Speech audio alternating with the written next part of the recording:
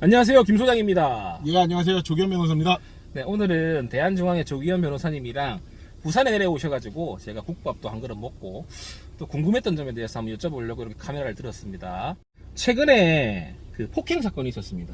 예, 친구들이랑 술을 먹다가 뒤테이블이랑 시비를 붙었는데, 근데 제가 알기로는 절대 그냥 그런 사건에 연루가 되면 안 된다고 생각을 하거든요. 예. 맞지 않습니까? 예, 뭐 일단은 시비가 붙었을 때도 물리력을 행사하는 순간 상대가 잘못했어도 나도 피의자로 입건될 수 있기 때문에 항상 조심을 해야 되겠죠. 그러니까 진짜로 맞기만 할 자신이 있으시면은 그 사건에 연루가 돼도 됩니다. 근데 안 그러면은 무조건 쌍방이 될 확률이 너무 높죠. 쌍방이 되면은 둘 다 피의자로 결국엔 처벌받을 가능성이 생기죠. 그렇죠. 그리고 보면은 일단 한 대만 때리면은 병원에 가면은 2주 진단서를 끊어줍니다. 2주면은 합의금이 얼마나 나오죠? 합의금을 일률적으로 말할 수 없지만 2주면 통상 100만 원대에서 합의가 되는 게 100만 원에서 한 150만 원 그 정도에서 합의가 되는 게 제일 많은 것 같습니다. 그 합의를 안 하게 되면은 그 폭행 전가가 남지 않습니까? 그렇죠. 그 합의를 안 하면은 된다는 사람들이 있는데, 그러면 벌금형 전가가 나옵니다. 벌금형 전가는 끝까지 남아서 그렇죠. 꼬리표를 밀고 따라가죠. 벌금 전과는 과태료 같은 거랑 달라가지고 벌금을 소액을 낸다 하더라도, 예를 들어 100만 원의 벌금을 낸다 하더라도 그는 어디까지나 벌금 전과입니다. 벌금 전과가 생기지 않도록 하려면은 합의를 해가지고 처벌을 피하는 쪽이 훨씬 더 낫다라고 할 수 있겠죠. 그리고 또 대부분의 사람들이 그냥 그 합의를 안 보고 벌금을 낼란다, 나는 뭐 전과가 있어도 상관없다, 자영업자다, 이런 분들이 있는데 그 벌금을 낸다고 끝이 아니지 않습니까? 그렇죠. 왜 그러냐, 만약에 100만 원짜리 벌금 전과가 생겼다고 해볼까요? 그럼 피해자 쪽에서는 그 100만 원은 국가에 납부하는 것인 만큼 피해가 전혀 회복이 안 됐으므로 그 벌금 전과를 중요한 증거 삼아서 민사 손해배상 청구를 또 할 수 있어요. 그렇죠. 벌금 판결문으로 민사소송을 진행할 수 있죠. 얼마든지 그럴 수 있죠. 그럼 또 보통 한 100에서 150 깨지지 않습니까? 그렇죠. 예. 그러니까 예를 들어 100만 원 벌금 전과가 생겼으면은 또 민사 손해배상 청구를 통해 가지고 100만 원을 피해자한테 또 줘야 되는 일이 생기게 되고, 민사 손해배상 청구가 만약에 피해자 쪽에서 들어오면은 우리 쪽에서도 답변서를 그냥 쓸 수 없으면은 변호사가 아니라도 법무사라도 쓰게 되면은 또 법무사 비용도 들게 됩니다. 그러면은 말하자면 돈이 200, 300씩 깨지기 때문에 150 정도 수준에서 합의하는 게 가해자 입장에서는 더 유리한 걸 수도 있다는 거죠. 그럼 예를 들어서 그 상대방이, 피해자가 벌금을 너무 많이, 합의금을 너무 많이 요구를 해요. 그럼 공탁제도라는 게 있지 않습니까? 그 피해자의 어떤 신원을 확실히 알 수 있으면 공탁이 가능합니다. 주민등록번호, 주소 이런 거를. 그런데 만약에 피해자가 상대가 공탁을 한다 하더라도 공탁금을 받을 생각이 없고 검사에게 나는 어쨌든 사소한 피해지만 강력하게 처벌을 원한다 하면은 공탁을 해도 벌금이 나올 수도 있습니다. 어쨌든 그러면은 폭행 사건에는 연루가 안 되는 게 제일 좋겠네요. 그렇죠. 보시면은 저는 솔직히 합의를 한번 해준 적이 있습니다. 돈을 한번 내본 사람은 절대 그런 사건에 연루가 되지 않습니다. 누가 시비를 걸어오면 그냥 아유 죄송합니다 하고 그냥 도망가면 돼요. 아니면 맞을 자신이 있으면 카메라를 들이밀고 계속 찍고 있으면 됩니다.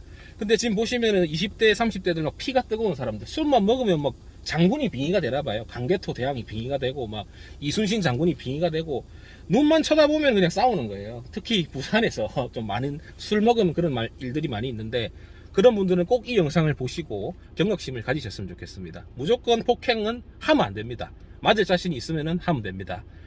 근데 또 그리고 일행이 있으면 항상 문제가 되는 게, 제가 맞으면 또 뒤에 친구들이 달라들잖아요. 이러면 상당히 사건이 복잡해지거든요.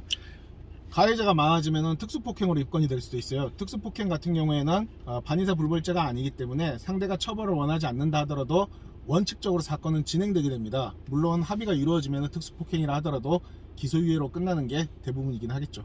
변호사님이 말씀하신 반의사 불벌죄가 뭐냐면은, 저랑 변호사님이랑 예를 들어 치고받고 싸웠어요. 변호사님이 저를 고소를 했어요. 근데 변호사님이 고소를 취하를 하면은 저는 처벌을 받을 필요가 없습니다. 근데 특수가 붙는 순간 변호사님이 고소를 취하를 하셔도 저는 나라에서 처벌을 하는 겁니다. 근데 그 특수가 되는 조건들이 보면은 무기를 들었다든지, 다수가 하나를 폭행했다든지, 또 뭐가 있을까요? 특수폭행 같은 경우에는 기본적으로 흉기 휴대, 그래서 흉기를 이용하는 거, 그리고 사람이 여러 명인 경우, 이런 경우가 통상 특수폭행으로 들어가게 되고, 특수자가 붙으면은 처벌 수위도 올라가고 합의를 한다 하더라도 거의 기소유예로 끝나는 기소유예죠. 거죠. 그래서 이제 벌금은 물론 합의를 하면 피할 수는 있겠지만 어쨌든지 간에 사람이 많을 때 또 여기서 흉기라는 거는 꼭 어떤 칼이나 이런 어떤 진짜 우리가 통상적으로 생각하는 흉기뿐 아니라 조금 뭐 주변에서 의자 같은 거를 함부로 들었다든지 이래도 다 흉기로 휴대폰으로 찍어도 흉기 휴대폰도 아닙니까? 흉기가 될 수도 있어요. 예, 맞죠. 그렇기 때문에 네. 특별히 더 주의하실 필요가 있습니다. 네, 그래 어쨌든 정리를 하면은 절대 그런 사건에 연루가 안 되시는 게 제일 좋고요. 그냥 평화롭게 사시는 게 제일 좋습니다. 오늘 영상 참고되셨으면은 법무법인 대한중앙TV 구독, 좋아요 눌러주시고요. 김소장TV도 구독, 좋아요 부탁드립니다. 그럼 안녕. 안녕. 야, 또 우리 조기현 변호사님이 부산에 내려오셔서 제가 돼지국밥을 제가 비싼 거 못 사드리고 돼지국밥을 대접하려고 왔습니다.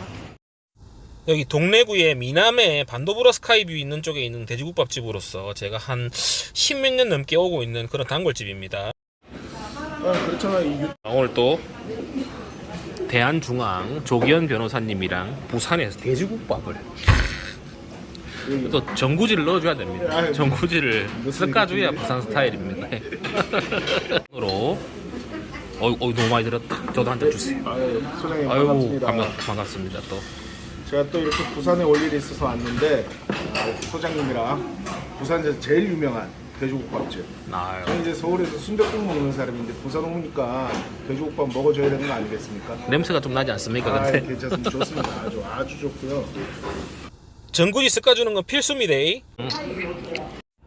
국수도 섞어갖고 싹 풀어갖고 깍두기에랑 한 입에 무줍니다. 호로록. 서울 순댓국에 비해서 어떻습니까? 깔끔해요. 맛은 있지요. 어제 한잔 하셨죠? 어제 많이 먹었죠. 그럼 해장하기 딱 좋습니다. 네. 그러면 또 대선이랑 아주 부산 분위기가 확 납니다. 부산 분위기. 너무 잘 드시네요. 그래도 오, 맛은 있네요.